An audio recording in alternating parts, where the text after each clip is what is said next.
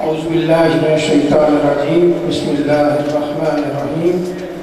انتہائی قابل احترام دوستوں، بزرگوں، بھائیوں اور معزز خواتین، السلام علیکم ورحمۃ اللہ وبرکاتہ۔ میرا خیال ہے اسلام کا جواب دینا چاہیے۔ بہت شکریہ۔ میرا یہ ایمان ہے کہ کرۂ ارضی پر ہونے والی آج کی جتنی بھی تقریبات ہیں، آج کے دن میں ہونے والے جتنے بھی پروگرامات ہیں، ان سارے کے سارے پروگرامات میں یہ پروگرام اس کو ایک خاص ملکہ حاصل ہے، ایک خاص رنگ حاصل ہے، کیونکہ میرے نبی حضرت محمد صلی اللہ علیہ وسلم نے ارشاد فرمایا ہے کہ خیر اللہ کے کنبے کے لیے کیے جانے والے کام اور اس کے کنبے کے لیے آسانیاں فراہم کرنے والی ساری باتیں عرش پر فرشتوں کے ہاں ڈسکس ہوتی ہیں اور وہ اس پر خوش ہوتے ہیں۔ جس وقت وہ ایکٹیویٹی، جس وقت وہ پروگرام، جس وقت وہ کام ہو رہا ہوتا ہے،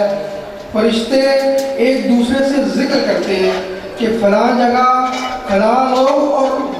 حدیث کے اندر تو یہ بھی آیا ہے کہ ان کے باقاعدہ نام لیے جاتے ہیں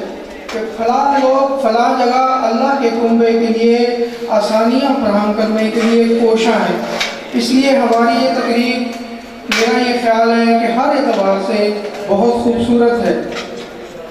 ہم اپنی اس تقریر کا باقاعدہ آغاز جو ہے وہ لازمی بات ہے اسی رب العزت کے نام نامی سے کریں گے، بابرکت نام نامی سے کریں گے کہ جو ہمارا رازق بھی ہے، ہمارا رحمان بھی ہے، ہمارا رحیم بھی ہے۔ میں گزارش کروں گا اور ملتمس ہوں حافظ عبداللہ مالک صاحب سے کہ تشریف لائیں اور اللہ کے بابرکت نام سے اس تقریب کا باقاعدہ آغاز کریں۔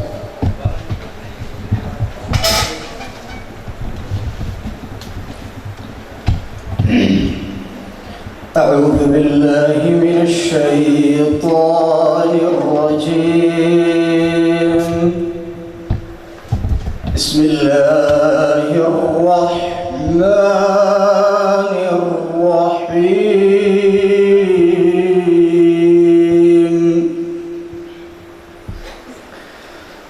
لو انزلنا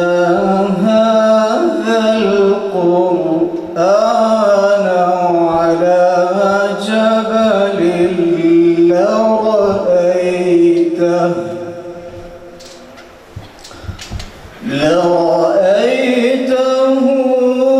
خاشعا متصدعا من خشية الله، وتلك الأمثال نضربها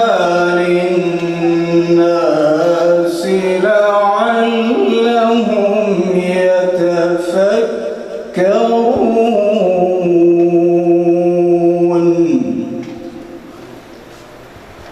هو الله الذي لا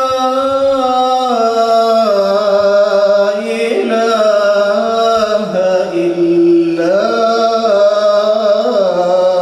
هو، عالم الغيب والشهادة،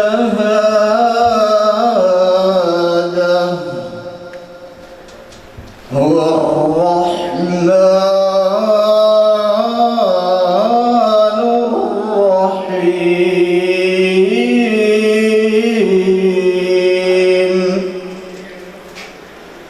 هو الله الذي لا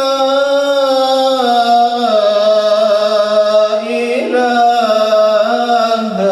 إلا هو، الملك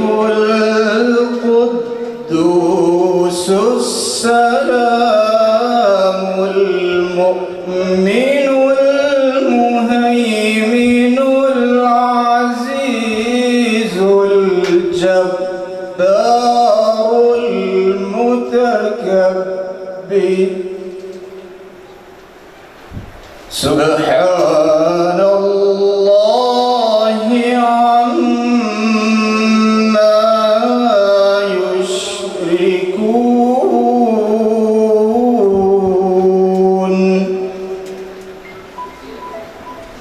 هو اللہ الخالق البارئ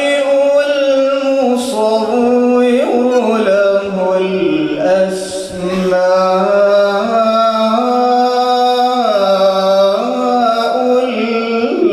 الحسنى يسبح له ما في السماوات والأرض وهو العزيز الحكيم صدق الله العظيم.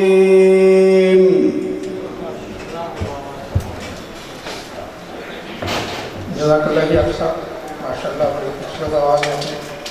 قرآن کی تلاوت کی. ذکر خدا کرے اور ذکر مصطفیٰ نہ کرے، میرے منہ میں ہو ایسی زبان خدا نہ کرے.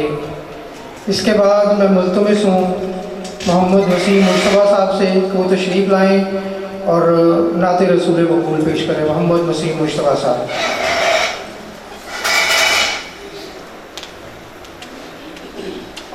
السلام علیکم ورحمۃ اللہ وبرکاتہ. محبت کے ساتھ درود شریف پڑھ لیجیے. اللہم صلی علی سیدنا و مولانا محمد وبارک وسلم صلی علیہ. کسی غمگسار کی محنتوں کا یہ خوب میں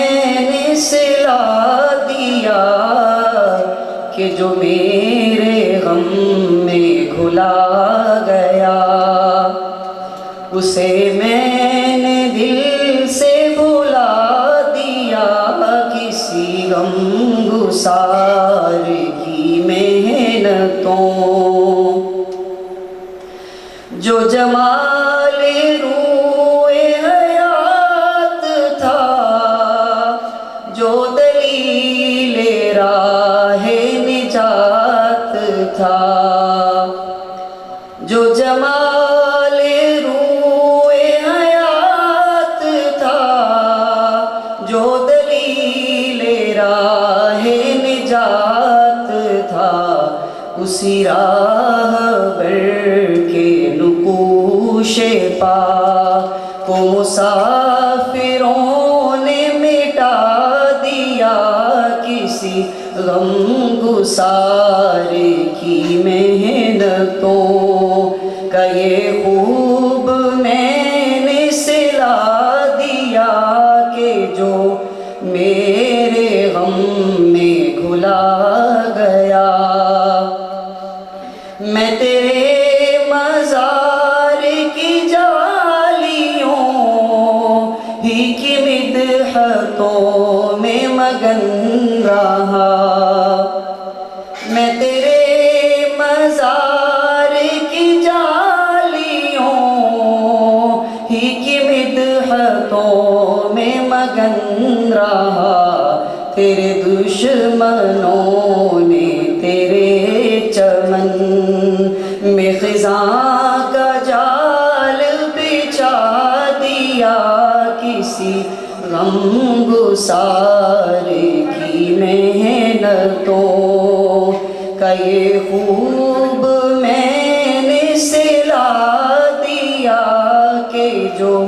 میرے غم میں گھلا گیا، اسے میں نے دل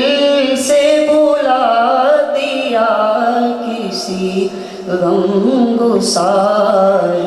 کی محنتوں.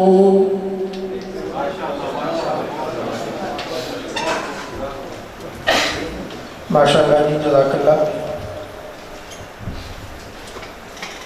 ابھی بیٹھا ہوا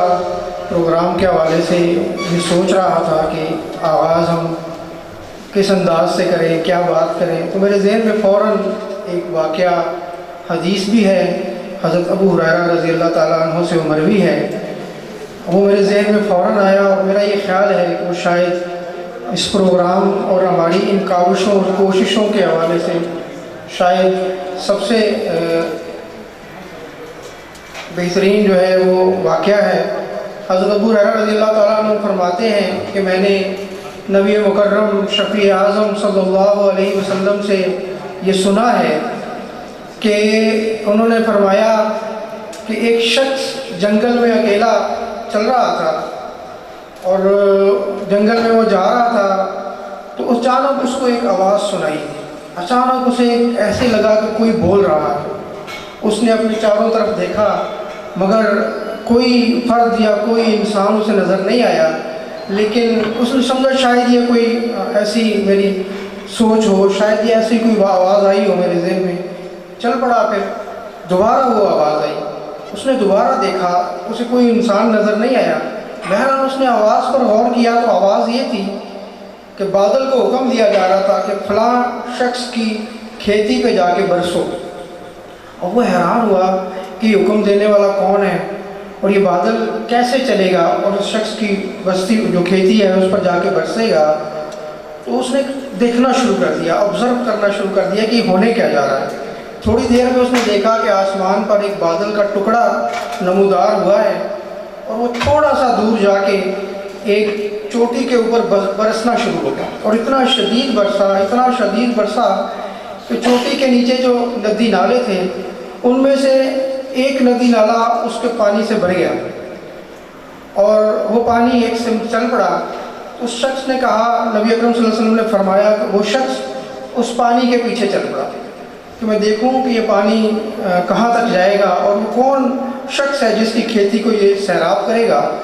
تو وہ کہنے لگا شخص کہ میں اس پانی کے ساتھ ساتھ چلنا شروع ہوا تو میں نے دیکھا کہ ایک جگہ ایک شخص،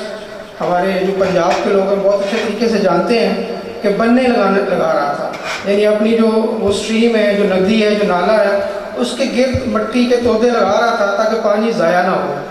تو میں اس کو بڑی دیر آبزرو کرتا رہا، اور وہ پانی اس کی کھیتی کے بعد ختم ہو گیا، یعنی وہاں تک گیا، اس کی کھیتی کو، اس کے باغ کو اس نے سیراب کیا، اور اس کے بعد وہ پانی ختم ہو گیا۔ تو وہ شخص بڑا متجسس ہوا، بڑا حیران ہوا، اس نے کہا کہ میں اس صاحب سے پوچھتا ہوں کہ کون ہے، اس کا کیا ایسا عمل ہے کہ اللہ نے اس کے لیے حکم صادر فرمایا اور بادل کو چلایا اور بادل نے پانی برسایا اور اس کی کھیتی، اور صرف اس کی کھیتی سیراب ہوئی ہے۔ تو وہ اس کے پاس چلا گیا اور اسے کہنے لگا کہ میں نے آپ سے ایک بات پوچھنی ہے، ایک سوال کرنا ہے کہ آپ کی جو ہے یہ آپ وہ کیا عمل کرتے ہیں کہ آپ کی یہ جو کھیتی ہے یہ سیراب ہوئی ہے۔ تو اس نے کہا کہ تم مجھے پہلے یہ بتاؤ کہ تم ہو کون اور یہاں تک آئے کیسے ہو، میں پھر تمہارے سوال کا جواب دوں گا۔ اس نے کہا بات یہ ہے کہ میں تو جنگل سے گزر رہا تھا اور یہ منظر میں نے دیکھا، تو میں نے کہا کہ میں آپ تک پہنچوں گا، لازمی پہنچوں گا، تو اب آپ بتائیں کہ یہ کیا منظر ہے۔ اس نے کہا بات یہ ہے کہ میں تو کوئی نیک آدمی نہیں ہوں اور کوئی بہت نیکیاں بھی میں نہیں کرتا، صرف ایک عمل ہے جو میں مسلسل کرتا ہوں اور جس کو میں اپنے اوپر فرض کیے ہوئے ہوں۔ اس نے کہا کہ وہ کیا عمل ہے جو آپ مسلسل کرتے ہیں۔ اس نے کہا یہ جو کھیتی ہے میں بڑی محنت سے اس پہ کام کرتا ہوں، اس کے پھل پہ، اس باغ کے پھل پہ پوری تن من دھن لگاتا ہوں اور اس کو کھڑا کرتا ہوں، اس کو تنو من تناور کرتا ہوں، اور پھر جو اس کا پھل نکلتا ہے اس پھل کے میں 3 حصے کرتا ہوں۔ ایک بڑا 3 حصہ میں اپنے بال بچوں کی پرورش پہ لگاتا ہوں، ایک 2/3 حصہ میں غریبوں، مسکینوں، ناداروں اور جو معاشرے کے پسے ہوئے لوگ ہیں ان پر خرچ کرتا ہوں، اور اس میں کوئی تصاہل نہیں کرتا۔ کبھی ایسا نہیں ہوا کہ میری کھیتی کا پھل کم ہو یا زیادہ، میں نے یہ کام کبھی نہیں چھوڑا۔ اور تیسرا وہ جو ہے حصہ وہ میں واپس اپنے باغ میں لگاتا ہوں۔ تو یہ بات عرض کرنے کا مقصد اور مطلب یہ تھا کہ اللہ تعالیٰ کی عبادات، اس کے دیے ہوئے فرائض جو ہم سب پر فرض ہیں وہ اپنی جگہ مقدم ہیں، لیکن جو عمل اس کو سب سے زیادہ پسند ہے جو عمل اس کے لیے سب سے اہم ہے وہ عمل یہ ہے کہ انسانیت کو اس کے کنبے کو، جس کو اللہ نے خود کہا ہے کہ یہ انسانیت میرا کنبہ ہے، وہ سکھ ہے، عیسائی ہے، کوئی بھی ہے، کسی مذہب، کسی ریس، کسی سے بھی تعلق رکھتا ہے، اس کنبے کے لیے، اس کو آسانیاں فراہم کرنے کے لیے، اس کی پریشانیوں کو ختم کرنے کے لیے جو فرد بھی نکلتا ہے، جو فرد بھی کوشش کرتا ہے، جو فرد بھی کاوش کرتا ہے، اللہ رب العزت اس کے لیے کافی ہو جاتا ہے۔ اس کے معاملات کو اللہ رب العزت اپنے ہاتھ میں لے لیتا ہے اور اس کے معاملات کو خود حل کرتا ہے۔ اس لیے یہ ایک بہت خوشی کی بات بھی ہے، بہت تبسم کی بات بھی ہے کہ ہمارے اس معاشرے کے اندر بے شمار لوگ ایسے ہیں، مسلمانوں کے ان معاشروں کے اندر بے شمار لوگ ایسے ہیں جو اللہ کے کنبے کے لیے، اللہ کے اس کنبے کے لیے دن رات کوشش اور کاوش کرتے ہیں۔ الخدمت فاؤنڈیشن پاکستان بھی انہی اداروں میں سے ایک ادارہ ہے۔ یہ 1976 میں اس ادارے کی جو ہے وہ بنیاد رکھی گئی۔ 1976 میں اس ادارے کو قائم کیا گیا کہ یہ محسوس کیا گیا کہ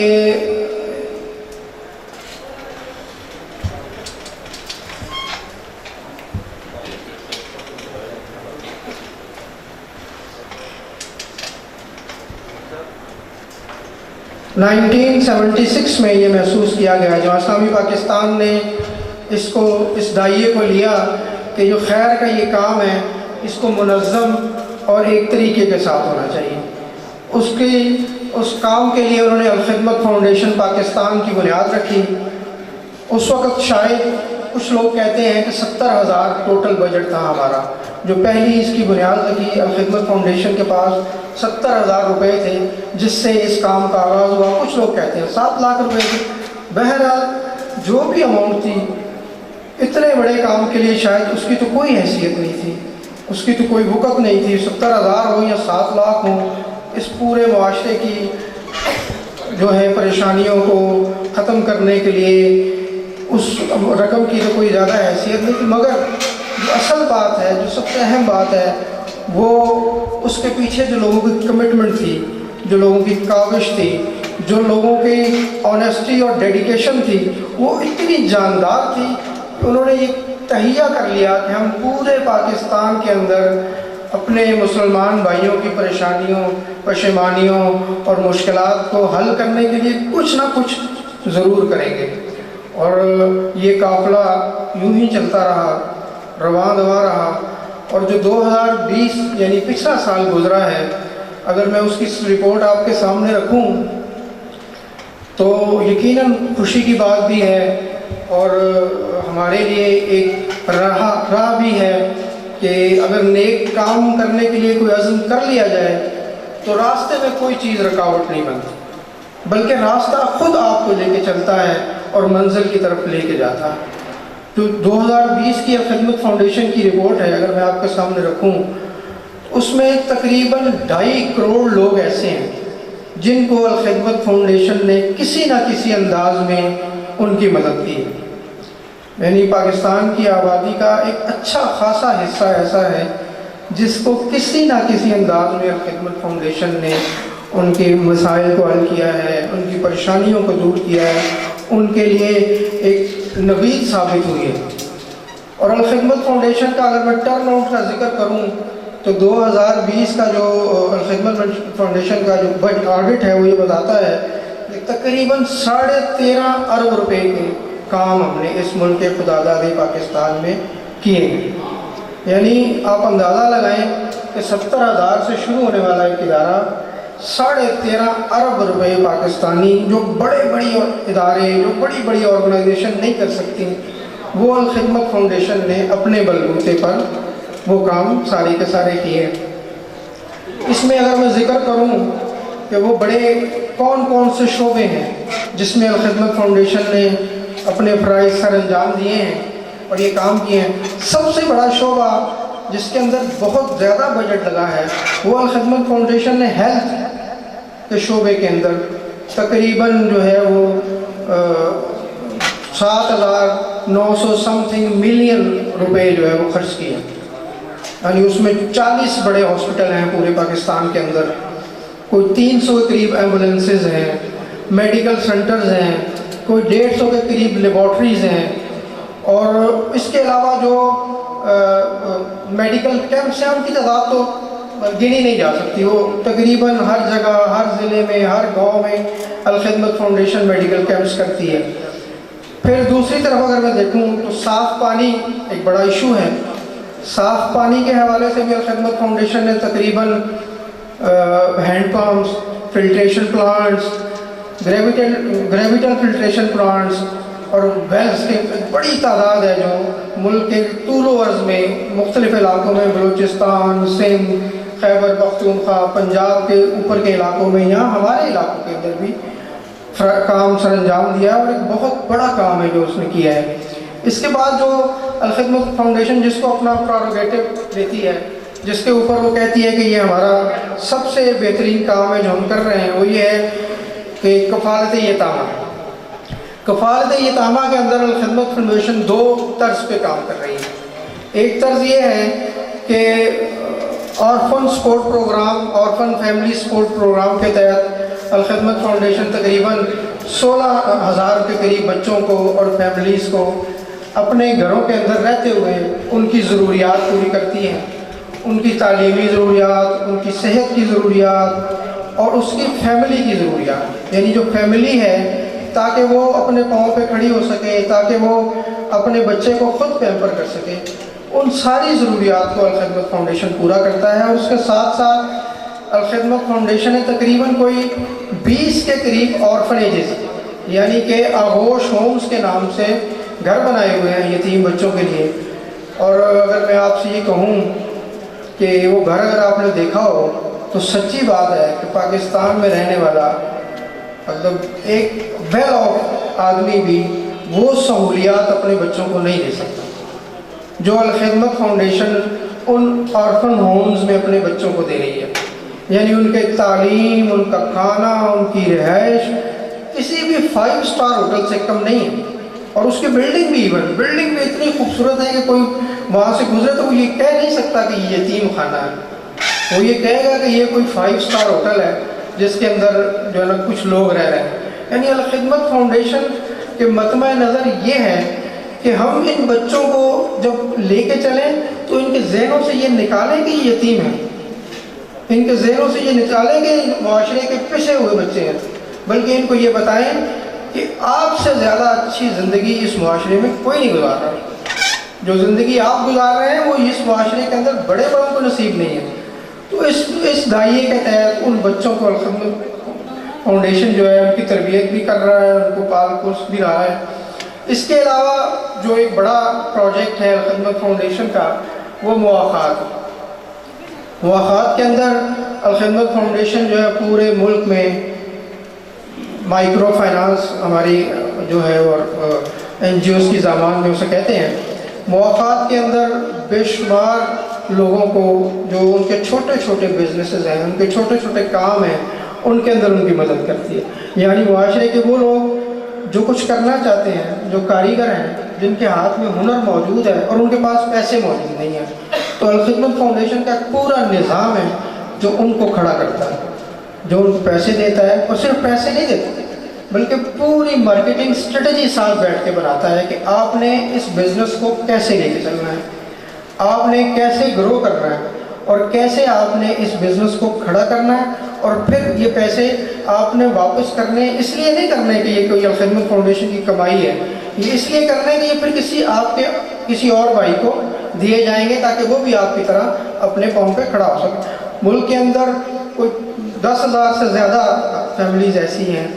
جن کو جو ہے وہ بڑے پیمانے پر بڑے قرضے، اور 50,000 سے زیادہ فیملیز ایسی ہیں جن کو چھوٹے قرضے جو ہے، گو کہ یہ نمبر بہت چھوٹا ہے، ملک ہمارا بہت بڑا ہے،